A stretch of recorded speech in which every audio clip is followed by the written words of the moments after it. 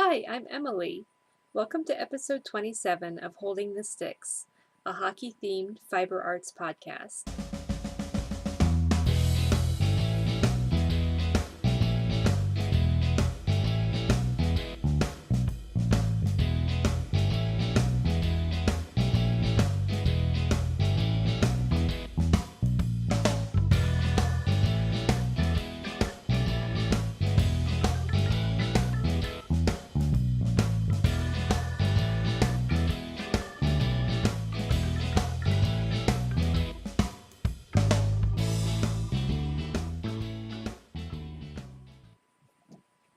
Hi everyone, and welcome to my living room here in the Blue Ridge Mountains of North Carolina.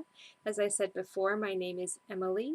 You can find me on Ravelry as Shanti Dragon and on Plurk, Twitter, and Instagram as Emily3022. Always love hearing from you any of those places. I've been probably spending most of my time on Instagram of late. I am switching to I'm switching to a more flexible podcasting schedule from here on out. So I'm hoping to still record every week, but I don't want anybody to be disappointed when I'm not able to do that.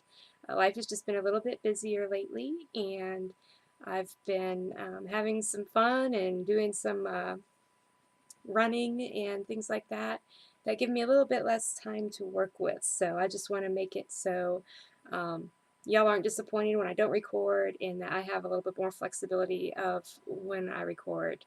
I've fallen into a little bit of a habit of, if I miss recording on a Monday, my next opportunity is usually Wednesday, but then by that point I think, well, I might as well wait till next Monday, because if I record on Wednesday and then on Monday again, I won't have anything to say. So I'm just going to be a bit more flexible with myself, and I hope you all don't mind. But hopefully that will make for a hopefully that will actually make for a more I'll be podcasting more often. Having trouble with my words today.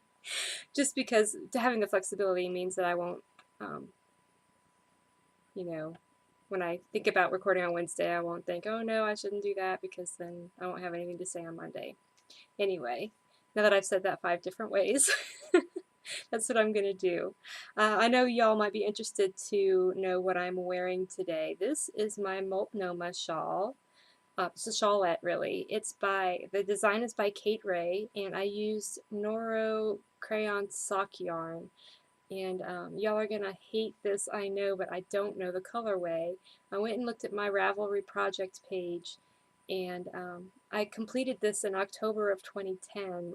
I remember because it was the very first time I went to SAF, the Southeastern Animal Fiber Fair, and I finished it literally the night before. It needs to be reblocked because it hasn't been blocked since then.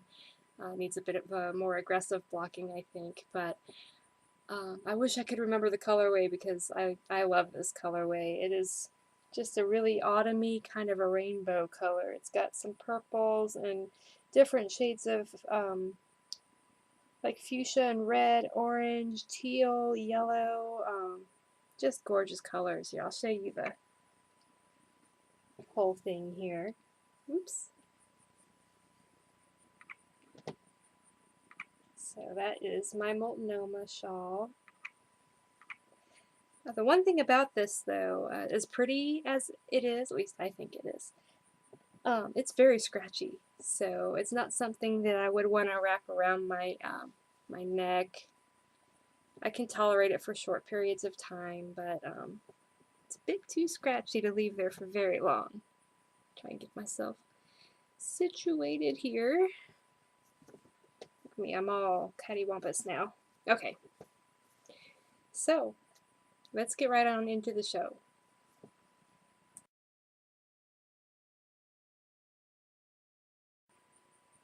Let's get straight into the zone here with my fiber arts projects and etc. We'll start with developing play, and I'll tell you about what projects I'm currently working on this week, or for the past 3 weeks. I'm afraid nothing much has changed on this front. We'll start with the Knit Sampler Afghan by Coats and Clark. I've been working on this all through 2013, and this is what, see if I can get that up there so you can see. That's what it's going to look like when it's finished, except mine is going to be double sized. I'm making twice as many squares. I am just now trying to figure out what shape this blanket is going to be, but I guess I'll figure it out. If I've got a couple extra squares, you know, because just putting them side by side will be wonky, then I'll make a pillow or something like that. I'm using very different colors than are pictured on that pattern. I finished 2 more squares. I'm in the middle of working on another one. You won't be able to see much on this one. This whole blanket is made with Red Heart Soft yarn. This is the navy colorway. This is the square that is called Acorns. So I just started this one an hour ago, maybe. There is that. I'm using a size 8 needle, US. That is 5 millimeters. Yes, 5 millimeters. I finished the really fancy square here that I showed you in progress last time. This is the berry colorway. And I also did, I believe this square is called Windswept. This is in the leaf, I think it's leafy green colorway. And it's coming out really dull, the color there. It's there, it's closer to that.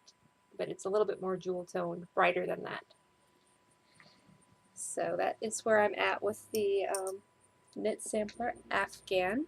It's going along well. I'm right on schedule.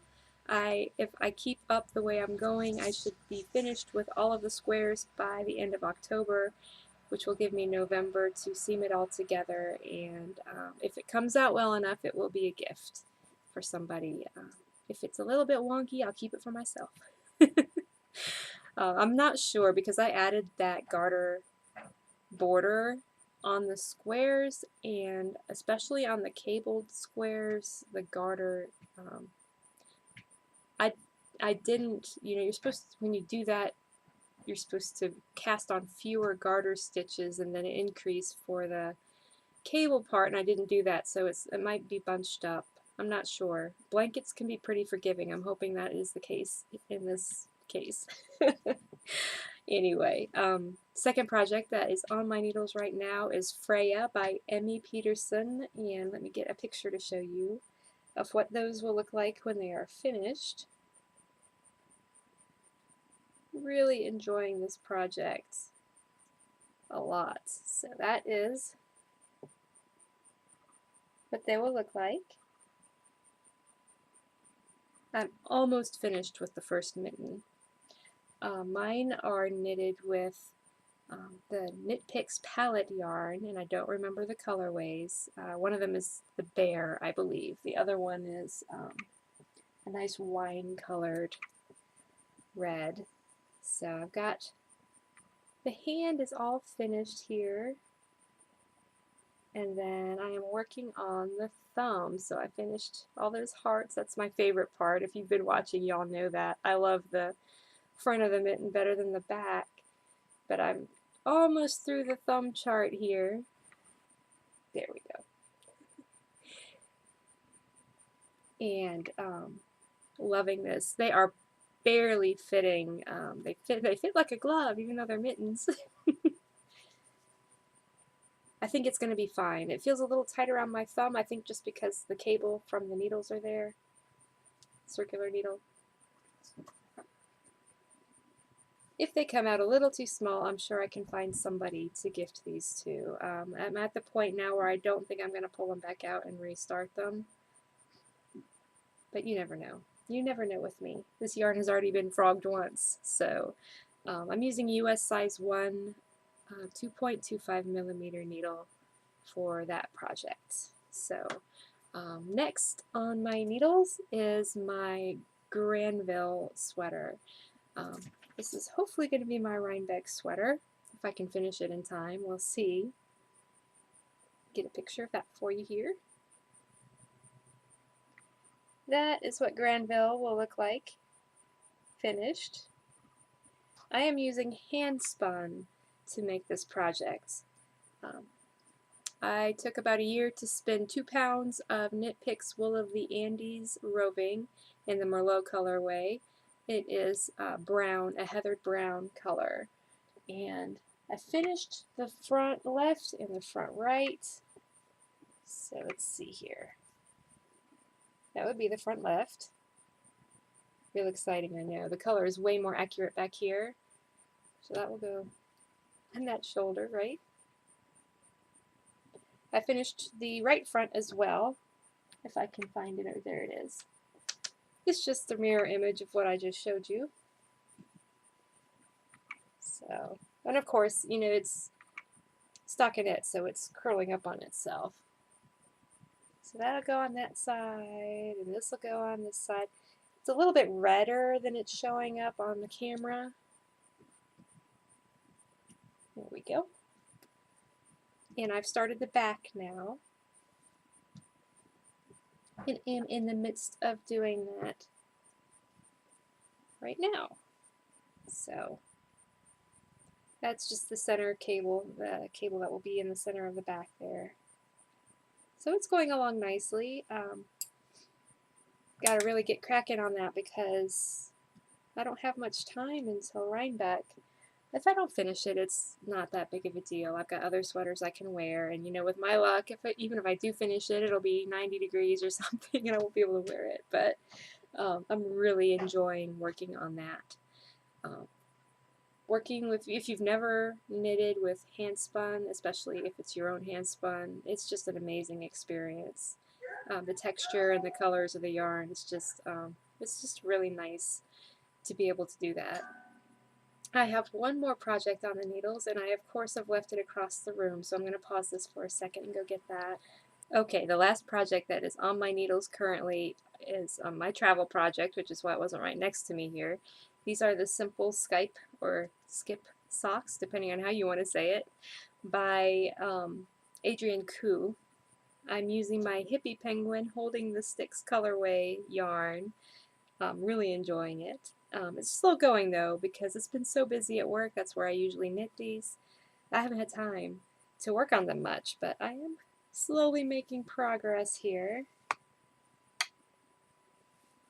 So here is the sock that I'm working on, and I haven't finished another sock or anything. So hopefully that will show up pretty well. I think it is. The colors aren't showing up the best, but then what else is new? Back here I bet it will show up better, but it's hard to see because it's variegated. This is red, purple, green, and white in the colorway, and I love it. I think this feels like a thicker fingering weight. These are going to be super warm. I'm trying to make them long enough that I can wear them with my ice skates for the rare occasion that I do get to go ice skating. I am using US size 1 2.5 millimeter needles, which is my usual sock needle, and I think that's it. So let's get on to some Spinorama. I do have a She Shoots, She Scores with a Spinorama this week. That Miss Babs fiber that I was spinning, the wool and sea cell blend, I used spindles to spin this with. I finished it. It's just a little bit.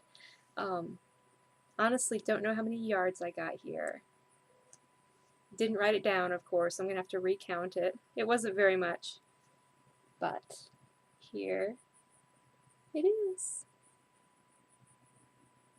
It needs to be washed as well. It hasn't been washed yet. Okay, there's a focused shot of it up close. That's going to bloom out a little bit when I wash it. I really should have done that last night. And it's coming out pretty washed out, as usual. It looks closer back here, but of course you can't see the barber pulling when I hold it all the way back here. But I'm really happy with it. It's a 2-ply. I'd say it's probably about a fingering weight. So as you know, if you've been watching, I spun this on my Trindle and on my Dragoncraft spindle, and then I plied it on a homemade spindle. Let me go grab that for you real quick. I know some of you might be interested in seeing it. My husband made it for me when I first got interested in spinning. It is super duper heavy, so it's perfect for plying. Hold on just a moment. I went ahead and got all 3 spindles just so you could see them all. I spun the first ply on my trindle. And I love these, they're iridescent, like kind of autumny color iridescent beads.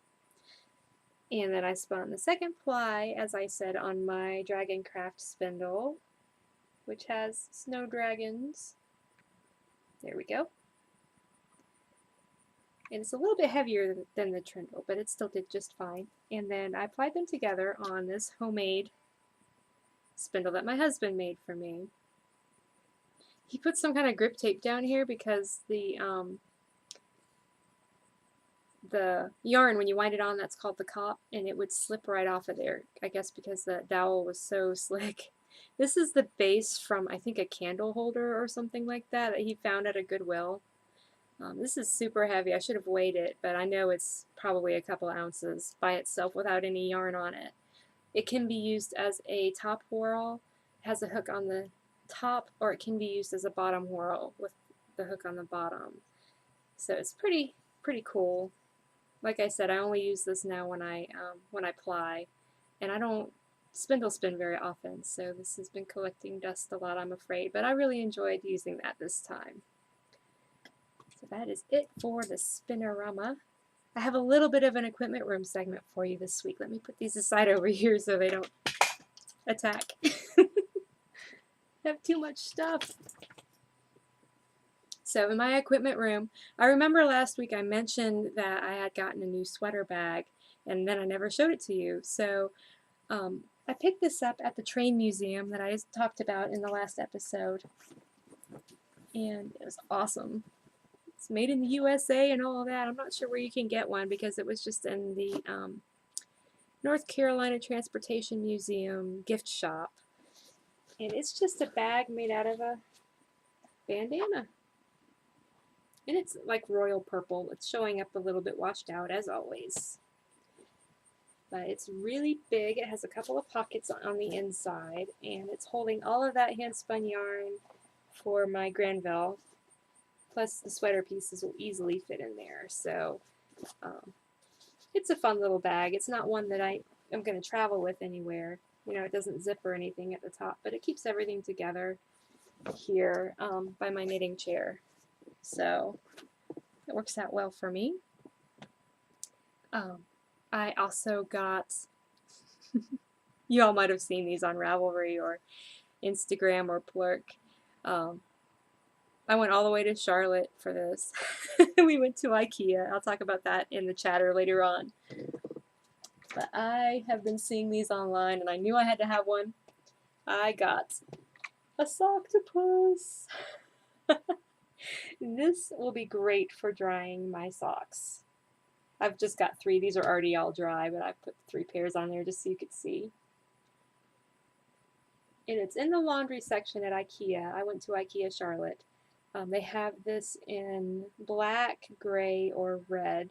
I had a hard time choosing which one, but if you are a hockey fan, the red one really has some meaning, especially for some Detroit Red Wings fans that I may know. So I had to get this one. Red is also one of the Hurricanes colors, as anybody who watches this podcast knows, so I figured red was the way to go. I may get a second one because my sock collection is getting a little out of hand, and I might need to dry more than 8 pairs at a time here shortly. One reason for that is I got new running shoes, and my short little ankle socks that I have knitted don't work with those new shoes. So I'm going to have to be knitting some new cuff link, or some new socks with a bigger cuff link. Anyway, that's for a whole different segment. That is it for my knitting in progress and finished objects. So you all know what comes next, right? It's time for the Rec League, and that means that it's time for the Warm Hands Hoedown, y'all.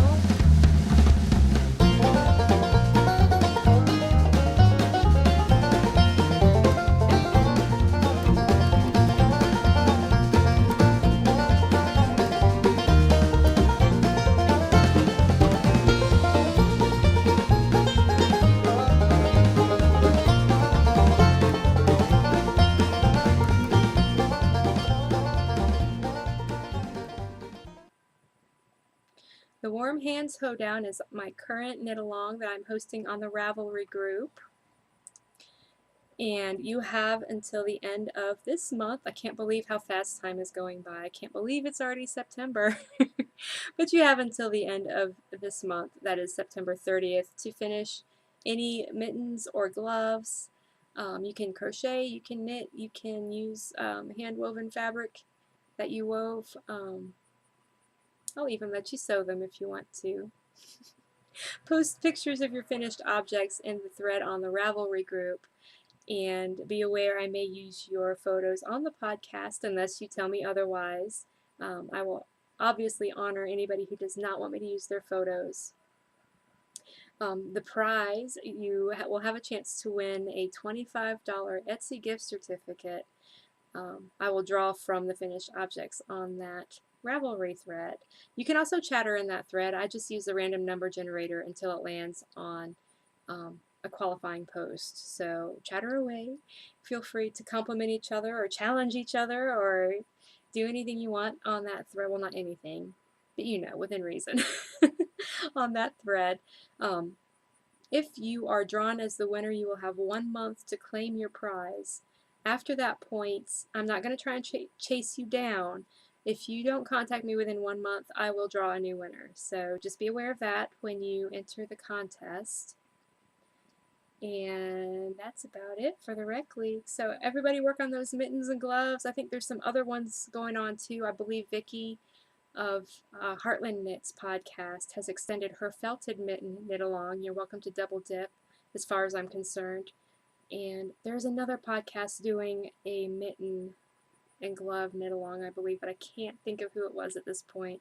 But just have it be known that it's fine with me if you want to double dip with other knit alongs and crochet alongs. So get those done, get them posted. I can't wait to see more of those in the thread.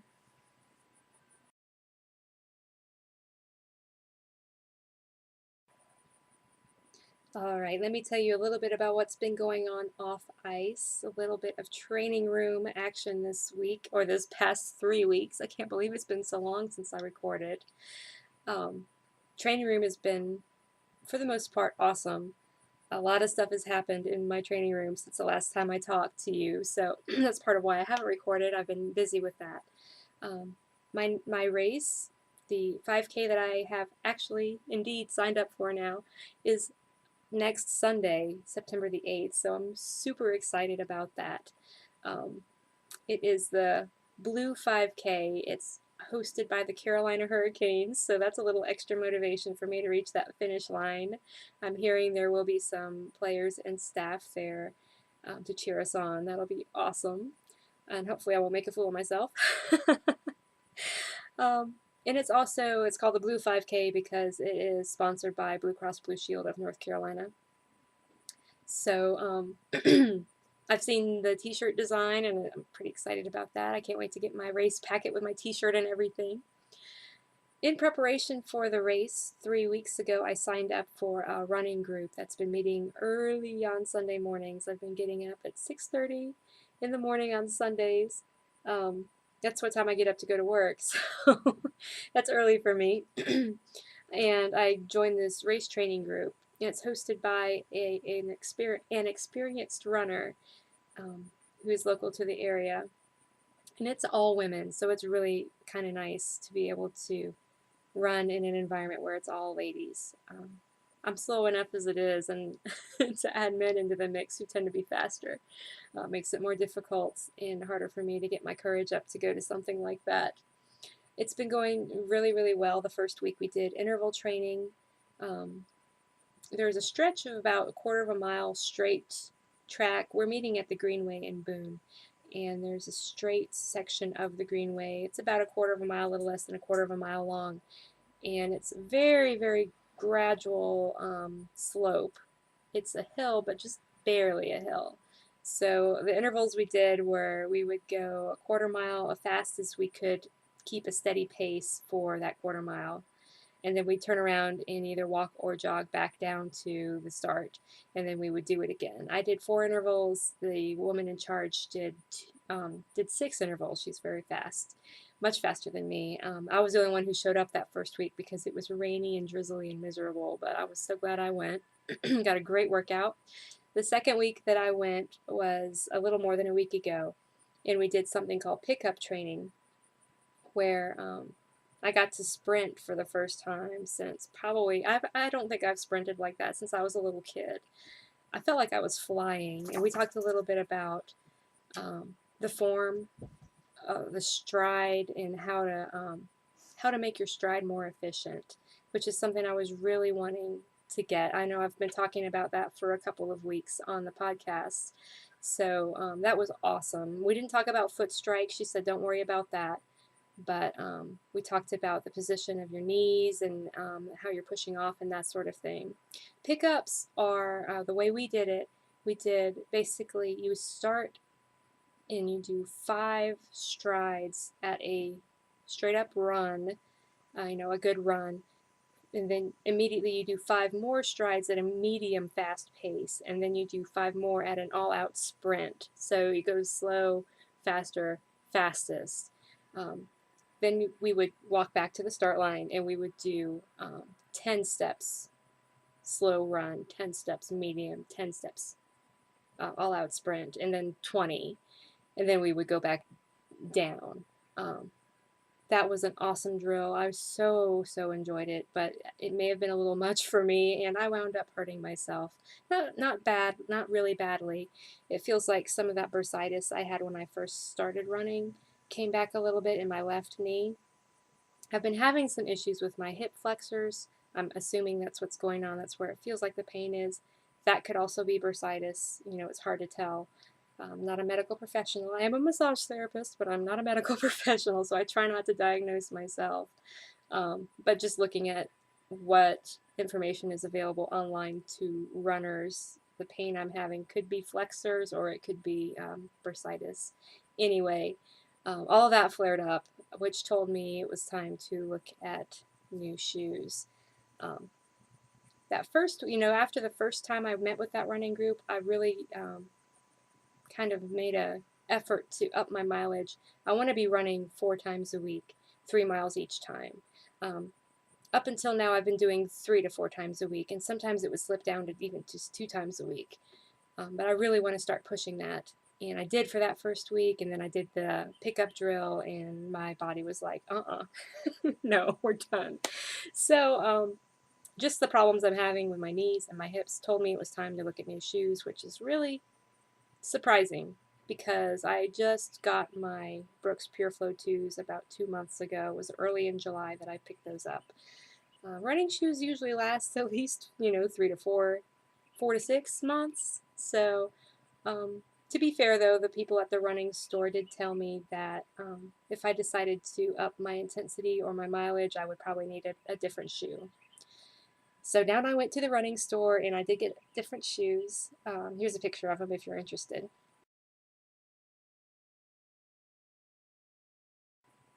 I stuck with the Brooks brand. I really like Brooks. They fit my foot beautifully.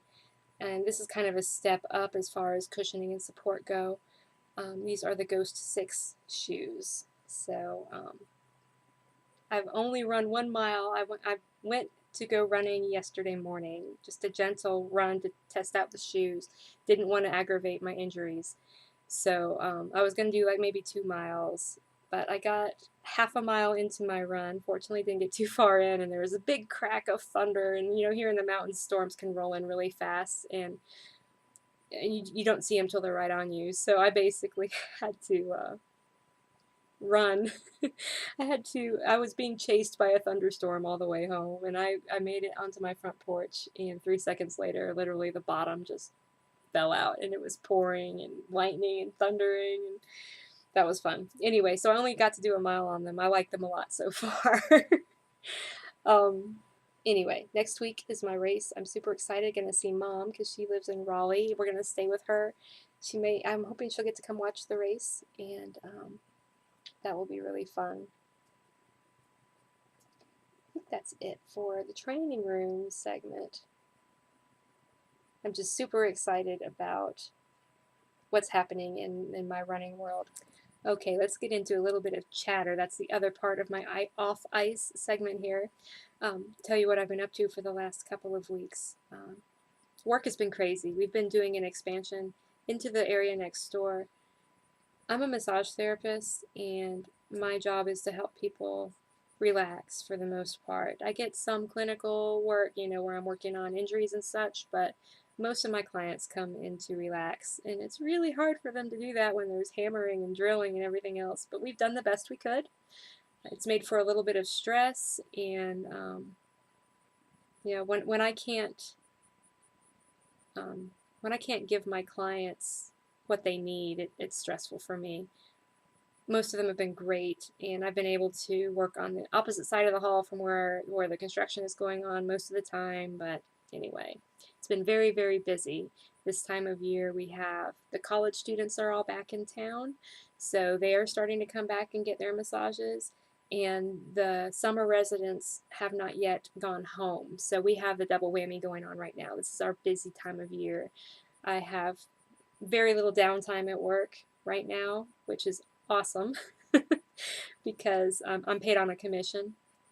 So the more clients I have, the better I do. But it has also, that's another reason why it's been more difficult for me to podcast, because I've just been tired from working so much. And then I also took in some work from my husband's office. I did some data entry for them. That was, I thought, was going to be a big ordeal, and it turned out it wasn't as big of an ordeal as I feared. So other than that, I celebrated a birthday last week. I turned 37 on Saturday, 2 days ago. And of course, my husband's like, "What do you want to do for your birthday?" And I didn't know what I wanted to do. I don't really need anything. And, I thought about getting some Haya Haya interchangeable needles, but honestly, I already have 3 sets of interchangeable needles. I really don't need another set unless I get rid of one of my other ones. I'm pretty happy with my knit picks. My favorite are the knit picks, the nickel plated ones. Options, I believe those are called. Those are my favorite ones, and I don't have anywhere to try out the Haya Hayas. I don't want to buy a whole, that's a big investment, because I would want the 2 sets, the small and the large, and that would be like $165, somewhere around that range to get both of them. I'd like to try them out first, so hopefully when I'm in Rhinebeck, I'll be able to do that. See if I really want to do those maybe for Christmas or something. But anyway, for my birthday, I decided I wanted to go to the running store. So I already talked about going there and getting new shoes. And they were having their Labor Day sale, unbeknownst to me. So everything in the store except for the shoes was 20% off, and then they had a bin of like 50% off running clothes. If you all buy specialty fitness clothing, you know how expensive it can be. I'm not a big clothing snob. I don't spend a lot on my day-to-day clothing. But when it comes to what I wear when I run, it has to look good, because I already feel self-conscious enough out there on the road flailing around like an idiot. So that's how I feel anyway. I have a little bit of social anxiety, and a little bit, I have trouble getting out the door sometimes. We'll just leave it at that. And if I don't feel like I look at least like a normal person, or look somewhat good when I go to work out, then it's just not going to happen. So I splurged a little bit and purchased I bought a running skirt with capris underneath for fall, and I bought another running skirt exactly like the one I already owned, but a different color. I love the running skirts, I guess because I'm a larger hipped lady. It kind of gives me a little bit more coverage, and it's a little bit more modest. And it's a Brooks brand, I love Brooks products. They have the strip at the bottom of the leg on the shorts that go under the skirt that sticks to your leg so it doesn't ride up. I have a big problem with that, probably because, like I said, I have big hips and big thighs. So I got that for my birthday. That was my birthday gift, was the shoes and the clothes. And then after that, we went down to Charlotte, and we hit IKEA, and I got the Soctopus that I showed earlier. I love that thing. Our main reason for going, though, is that it's time for us to get a new mattress. So we were laying on all the mattresses and trying those out. And of course, there were some shenanigans. We had some friends with us, and they were like taking pictures and being goofy. But we chose a mattress. We won't get it for a while, probably. That'll probably be our big Christmas gift this year, is the new mattress. Um, and on our way to IKEA, we also stopped at Mary Jo's. Mary Jo's is an enormous fabric store. Think Webb's. If you've ever been to Webb's, the yarn store in Massachusetts, think that, except it's fabric. It's a huge, enormous warehouse. They had fabric, like aisles and aisles and aisles and aisles of fabric, any kind of fabric. They had Civil War reproductions, they had cartoon character fabric, they had NFL fabric, they had fur, they had wedding, fancy fabrics for wedding attire. They had everything there, and I thought of all of you knitting bag makers and what a field day y'all would have had in there. But it also gave me a real appreciation for all of you knitting bag makers, because oh my goodness, I did not realize how expensive fabric is. I mean, I kind of knew it, but the only place I ever see fabric on a regular basis here is at Walmart. And it's not the best quality. But if you look at the really cute fabrics and things at Mary Jo's, we're talking around $9 a yard for most of it. And that adds up really fast. So kudos to you bag makers. And, I've never been one to say that you charge too much ever, but if anybody out there thinks they charge too much, they really don't. As much as fabric costs, they are very reasonably priced bags that you can find on Etsy and other independent makers of knitting bags. So it made me want to make some bags and things too, because you can't see all that fabric and not get inspired. It was a lot of fun though. That's about it for what I've been doing this week. So let's get into some hockey talk, shall we?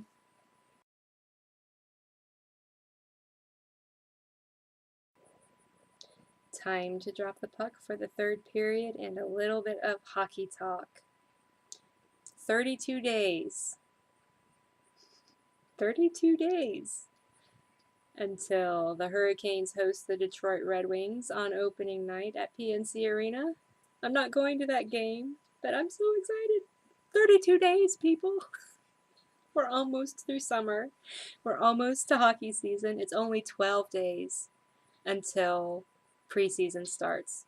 Unfortunately, I don't get to follow preseason very much. I can follow on Twitter and that sort of thing, but those games aren't televised and usually aren't on the radio or anything, so I don't get to watch any of them. But 32 days until hockey comes back. Less for some of you. I think the actual hockey, the season starts in like 29 days. So that is exciting. And I'm super excited because I have a knitting project lined up that will take me the whole hockey season, if not longer, to finish. And I'll tell you about it when I start it. But I'm really excited to get it started. It's going to use up all my scraps. I'm hoping. Anyway. So that is good. It's been a long, hard summer for me. And I'm ready for some hockey. We'll get into a little bit of Hockey 101 today. We'll continue with the minor penalties. We are almost through them. I will go into major penalties after we finish with the minor penalties, most likely. I haven't decided that for sure yet. But remember last week I talked about how goaltenders don't serve their own penalties, and certain things happen, like they'll serve a game misconduct and that sort of thing. You can go back and watch that one if you're interested in knowing how the goalie penalties work. The 3 penalties I'm going to tell you about today are all goaltender penalties. So the first one is, there are 3 goalie penalties. First one is leaving the goal crease. The rule is that a goalie cannot leave the general vicinity of his crease during a fight or an altercation. The crease is that little blue spot in front of the goal.